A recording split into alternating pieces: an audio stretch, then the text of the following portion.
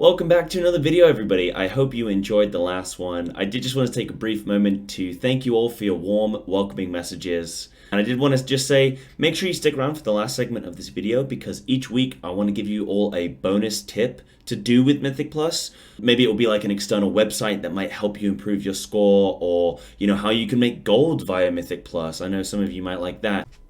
This series is all about learning the basics of Mythic Plus and eventually progressing towards an advanced understanding. Now, we're not starting with an Atal this week because we looked at it last week.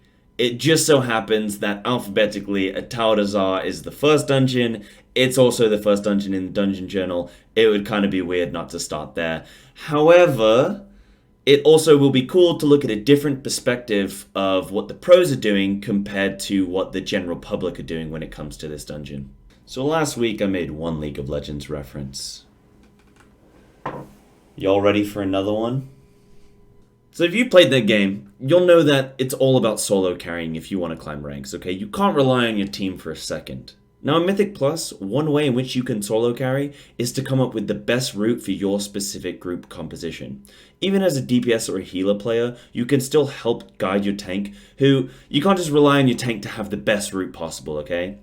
You can also use predetermined routes using the Dratnos guides, but I think it's also always good to kind of customize your route depending on what you've got in your group. So using the in-game add-on method dungeon tools, who should probably sponsor me by the way with all these free shoutouts I'm throwing their way, I want to take a look at what route our tank opted for this week. Even though I wasn't a massive fan of it, I'm a non-meta spec. I want to kind of lay low on the radar, try and stay undercover, hope that they don't kick me before the key gets put in, right? You'll notice in the MDI last week, they go this route, and they go for this kind of unfamiliar route that ends up getting them to Priestess first as their first boss. However, our tank goes straight for Razan from the get-go. This means that we're going to have Bloodlust and all of our cooldowns available for this first boss, which on a tyrannical week is kind of nice. I'll give him that. You'll then notice we go on these bottom stairs instead of this way, and it means that we avoid this void. So we go this way through the dungeon, right? Which means that we go straight linearly to the next boss. It means that we don't end up going, through here and then snaking back on ourselves. In Mythic Plus, you really don't want to waste time going backwards where there is no trash to clear. So we go this way through the dungeon. Now, for any of you familiar with Mythic Plus and this dungeon in particular, you'll notice most groups will incorporate a rogue shroud at about this point for these two packs. We have a rogue available. You can also use invis pots or a death skip, or your tank can pull the mobs way over here and then die and get rezzed and allow everyone to run through the dungeon. There are a lot of options you have here to skip these two packs. However, our tank doesn't do that, and I'll explain why in a little bit. So we end up killing Vol'kaal, and then we have this long, it's like the Green Mile down here. You'll notice that we end up doing this Void Emissary with these Saurid packs, plus bursting, which means we have a lot of AoE damage coming for our healer to have to deal with. So it's kind of a nasty pack, which is why I actually prefer going this route, like we saw last week with that MDI path. But anyway, we get, follow this path, nothing too funny here. We get to the boss, and then we come back here, and we go straight to the last boss. Alright, time to actually get in the action now. I'm going to start off by just discussing the composition that we're using. So you'll notice, first and foremost, that we're using 3 meta specs: a Resto Druid, a Demon Hunter, and a Rogue. Hunger Games, apparently. We also have a Feral Druid and a DK tank. Now, normally I don't really care what tank we have as long as they're a good player. I'm not a massive fan of Death Knight tanks in general, but in this key specifically, I actually really like it. Because the way that they're able to mind control and manipulate some of these undead mobs in this dungeon means that we can actually make a lot of the trash way less scary based on this ability. So we start this dungeon off by starting on the first boss, Razan, and you'll notice that a lot of groups will tank the boss in this position. This is because of this pillar that we're all able to use as a line of sight against this fear. So because the boss can't see us, we can't get feared, right? You can also, if you have a shaman in your group, make use of a totem which will just cancel the fear effect, so they can just pop that down before the fear comes through, and then boom, the fear gets broken when it all gets cast on us. You'll next see this pursue ability that the boss is using to focus one player and run after them.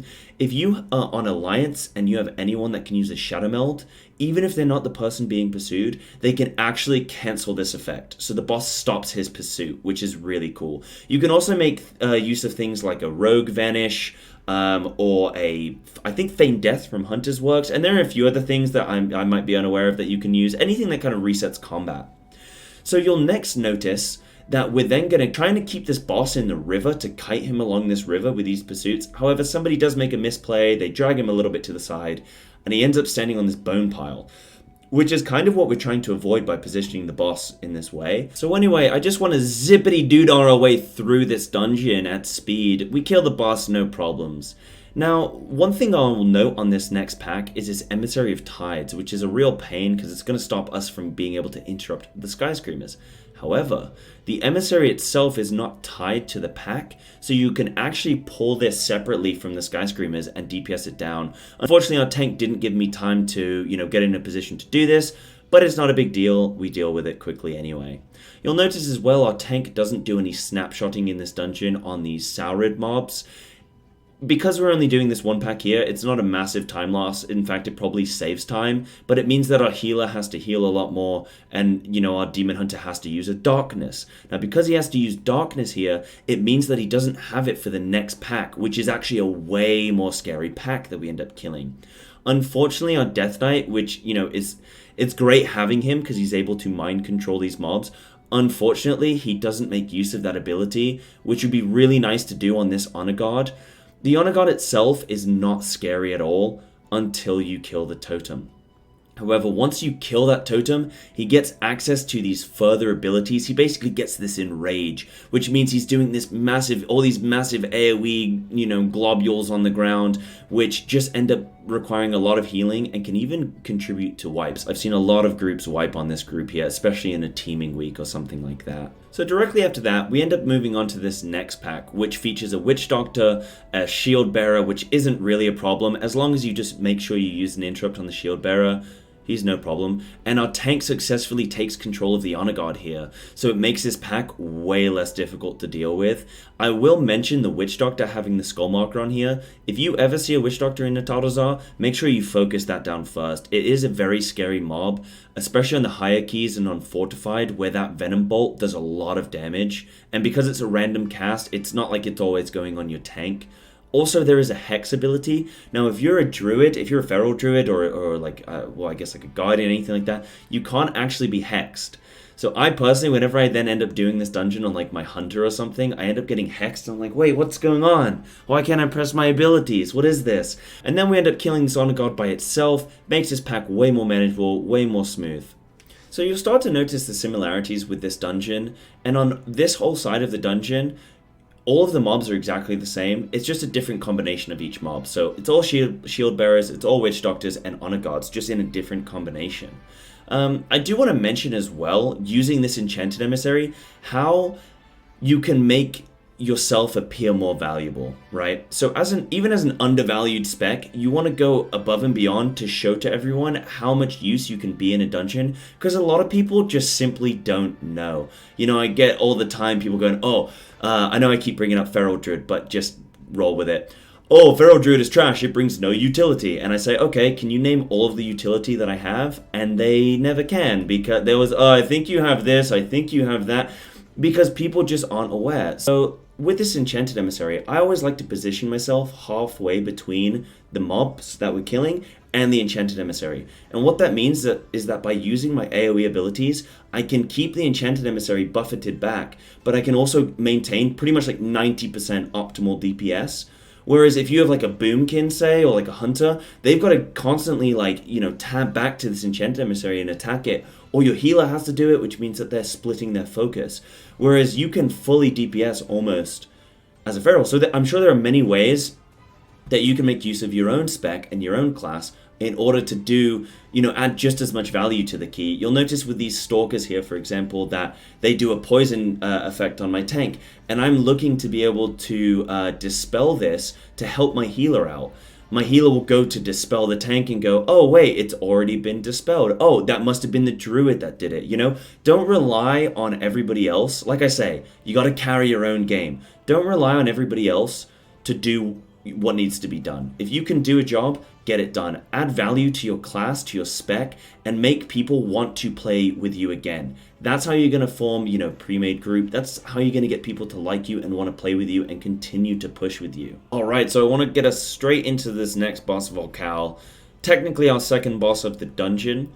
Now this boss himself cannot be damaged until each of these totems dies. Now on Mythic difficulty, you have to kill all of these totems within about 5 seconds or so of one another, or you'll have to redo the whole thing and it's probably going to be a wipe.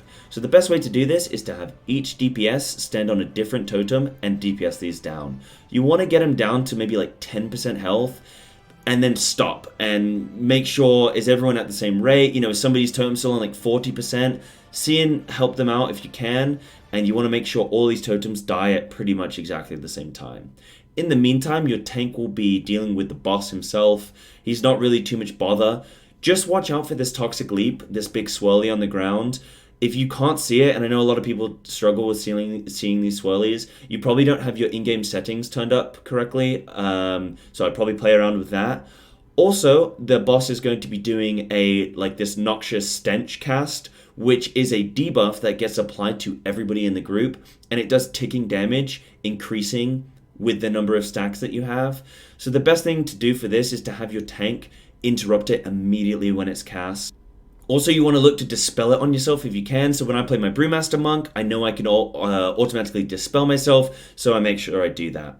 Then, once all the totems are dead, you can attack the boss, and he's going to be leaving this green goop on the floor. So as a tank, you want to slowly kite him around the room. You'll notice that we killed this mob pack outside of the gate of the boss room. However, even if you haven't, even if you say you skip those, once the gate is up, those mobs, they can't interact with you. So you can attack this boss. You can get as close to the gate as you want. Lasting thoughts on this boss. He's really quite a simple boss. However, on Tyrannical and on specific affixes, he can be really nasty. So say Grievous, because of this ticking dot on the whole group, with Grievous, it can be real nasty for your healer, because obviously he's got to keep everybody at above 90% health. Otherwise, they're going to have an additional dot ticking on them. So anytime you can use your Dispel here, please do, even if you're not the healer. And that's pretty much it for this boss. The next pack directly after Vol'kaal is probably one of the more dangerous packs in the dungeon. I've noticed a lot of groups seem to wipe and deplete at this point. So definitely use a lot of defensives here, use a lot of offensive cooldowns if you have any. I do try and deal with the Enchanted Emissary again here. You'll see the Vortex from the healer to help out, but really this is such a healing intensive fight, and he's going to be having to throw so many dispels on these hexes and such, that really he should just focus on healing, and let somebody else deal with the Emissary. But again, I can do a better job of communicating this fact to the group. Make sure you're using as many interrupts, stuns, darkness goes down, anything you can to help in this pack, because it is very nasty with these Venom Blasts. Again, I don't really bother interrupting the Hex, because I can just dispel it, and so can the healer. This isn't actually the Green Mile, I thought about it. This is more like the Dead Scar in the Blood Elf Starter Zone. You know that long strip of just death? That's what this is. So we start this first pack, and I'm used to entangling the Tides Emissary for the group, and then our tank will jump onto these side ledges, which I will highlight at some point in a second, and he can jump up there and then taunt one of the mobs, and everything immediately jumps to him, and then it stops any of the little Saurids, which do a lot of damage. It stops him from jumping to any of us. You'll notice in that pack there, the healer smacked his keyboard, probably had a heart attack, just having to stop us all from dying, especially with bursting this week as an affix. It's really, really nasty. And also we wanted to make sure that we're interrupting that mob. And then we can just do the Emissary separately, and all is great. I bet by this point in the dungeon, you guys are sitting there thinking, Sai, you've been complaining about this bridge the whole time. What's the big deal, right? You guys have made very few mistakes so far this dungeon. Very few deaths. What's the problem? Let me introduce you to the mid-bridge Void Pack with no darkness, extra Saurid on top, and a little Sky Screamer as a cherry. This pack is nasty for multiple reasons. First of all, we have the Bursting affix, which means that whenever a mob dies, we're going to be taking AoE damage, right? Plus, we're going to have these Saurids jumping all over the place attacking everybody, which means additional AoE damage. Plus, we have this Void doing percent health damage, which means that our healer just has no chance, and we don't have a darkness, and everyone's using their own, or I hope everyone's using their defensives. I know I was. But because we didn't kill this earlier pack that we just shrouded past now, because of the route that we took, we end up not being able to pull these Saurids away, and we kind of have to do this pack all together, but without without any defenses, without a massive healing cooldown, and it just doesn't go our way. Now, fortunately, we're able to recover well and just get back on our feet. It is what it is. So we quickly dispatch the rest of that bridge, and we move on to this double auger pack with the Tide Emissary. Just cleave it all down. It's not actually a scary pack, so I won't throw too much time into that. But I know on this channel you're used to making a lot of gold, and I don't want you to miss out on making gold just because you're doing Mythic Plus, okay? So what I want you to do is when you start this dungeon, bet people 10,000 gold that somebody's going to die on the fire jets. And I promise you, you'll come out a very rich man or woman, okay? On this dungeon, everybody dies to fire jets.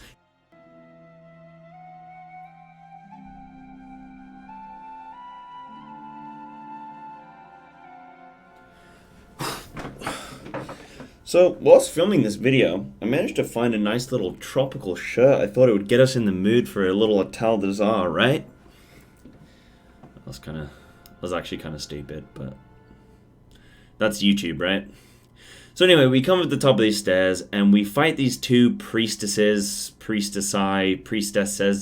I don't know, right? We kill these two mobs, and you can actually even have them kill themselves if when you're getting transfusion cast on you, you stand in the little blood pools on the ground, right? It makes them so quick to kill, and you need to do it to kill the boss anyway. Next, we have this honor guard who's standing outside of the enchanted emissary's bubble, and so because of that, if you come into contact with that mob first, away from the enchanted emissary, for some reason Blizzard haven't programmed them to turn their heads, so they just can't see it, and they just let you do your thing. They have the awareness of a demon hunter player, okay? Look, I'm joking, okay? I'm joking. I only make fun of you because you're better than me, and I'm jealous, okay? That's all it is. Don't worry about it. It's nothing against you.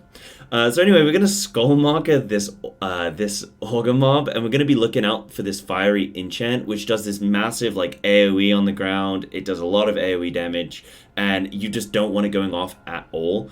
The only other scary mob in the pack is the Juggernaut, which is going to enrage itself and then do a charge to a specific location. Now, it's to a location, not the target. So if as a healer you're getting focused, you can just move away, and where the initial charge was set, that's where the mob will go. Now, as a Feral Druid player, he said it again, yep, get your little bingo cards out, I actually get free cast Entangling Roots as part of my rotation. So I can actually just, as the Enchanted Emissary is doing his cast, I can just Entangling Roots it instantly, and it stops mid-cast, and the spell effect doesn't go off, which is super cool. But anyway, we're moving on to Priestess now. We're already kind of, into the fight. And this boss is quite difficult, actually, the higher level you go. On lower levels, it's not too bad. Again, by using the transfusion and standing in these blood pools, the boss kills herself. So eventually, she will just die. So you don't really want to use a big bloodlust here. You can use cooldowns, obviously. Now, some people like to kill this little additional mob. Other groups, which is cool, because with me, it's a DPS increase. So I'm totally happy to do that. However, for other groups, they like to entangle it, or to paralysis it if you're a monk, or to blind it if you're a rogue, or cage it if you're a demon hunter, hunter trap. There's all kinds of things you can do to it to just stop it in its track.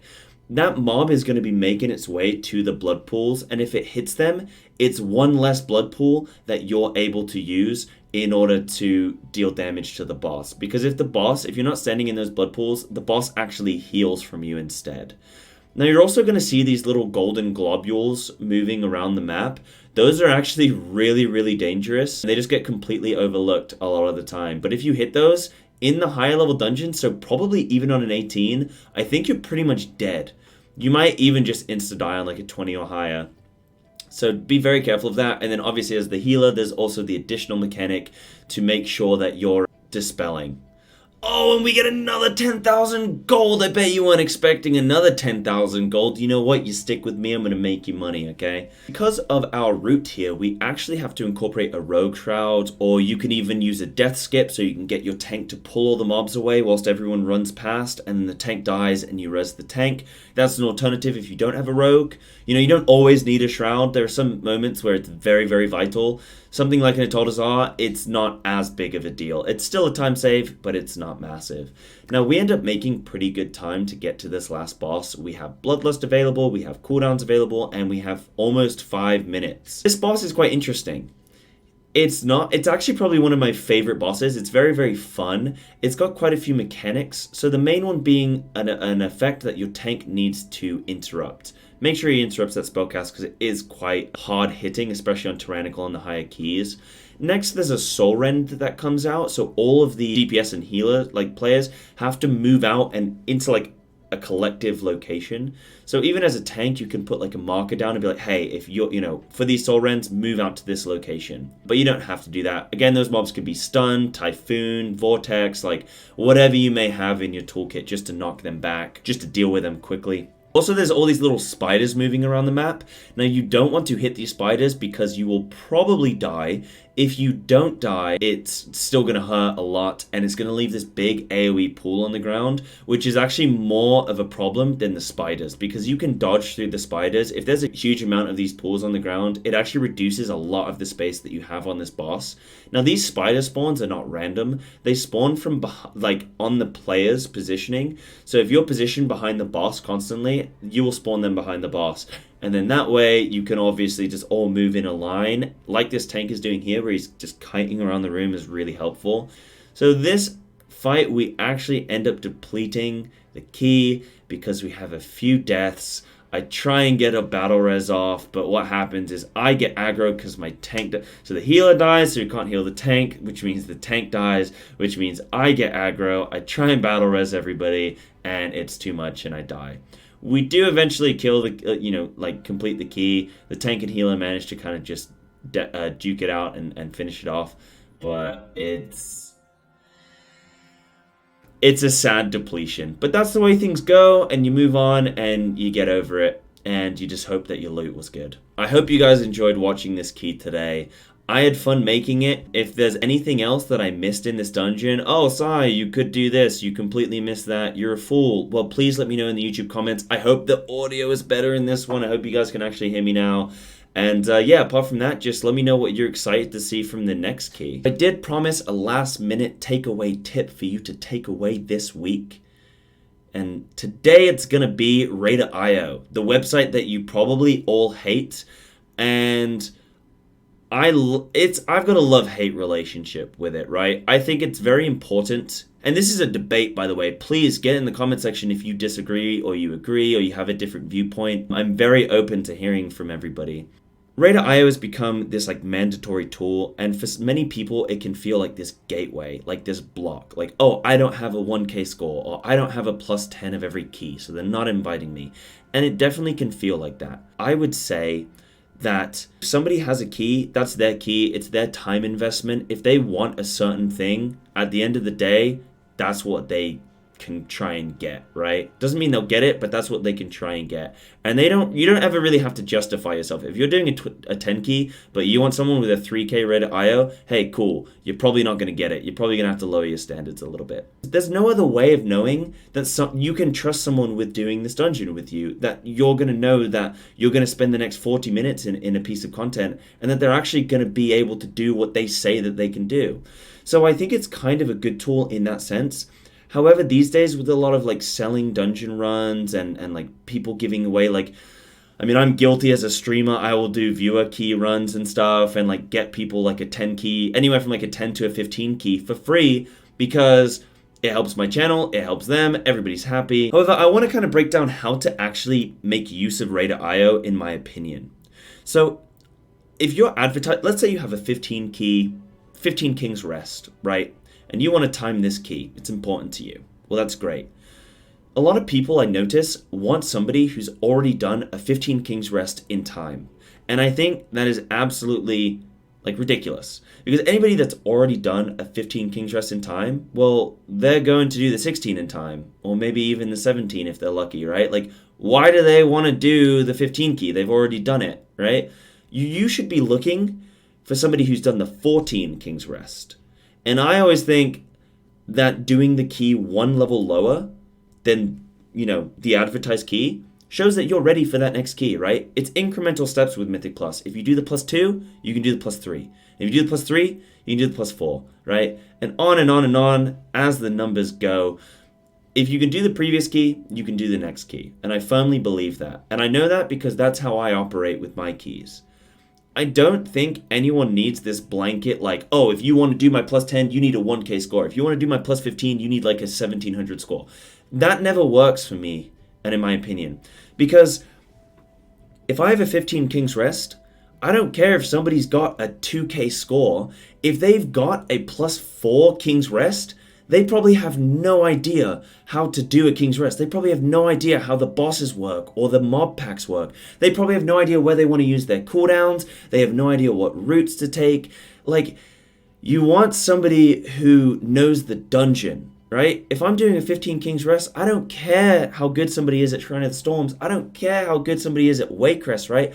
I want to know that in this moment, they know how to do this piece of content. So I think that is how I look at Mythic Plus. That is how I look at Raid.io. And I think if a lot more people looked at it in that way, I think it's a lot more inclusive. And yes, it's a grind to have to do each key at each level, but it's a good way to know that the person you're playing with is probably going to be able to do what you want them to do. And at the same time, everybody has a rough day. Everybody makes mistakes. It happens. Don't let it eat you up. Just get on to the next key, and we're all good. I hope you guys enjoyed this key, or this key, and this video. We're looking forward to the next one. Hopefully, I think it's going to be Freehold if I'm good with my alphabet. Get at me in the comment section if you like this one. If I missed something, if you have any suggestions, please let me know. I'm watching and I'm listening. Take care.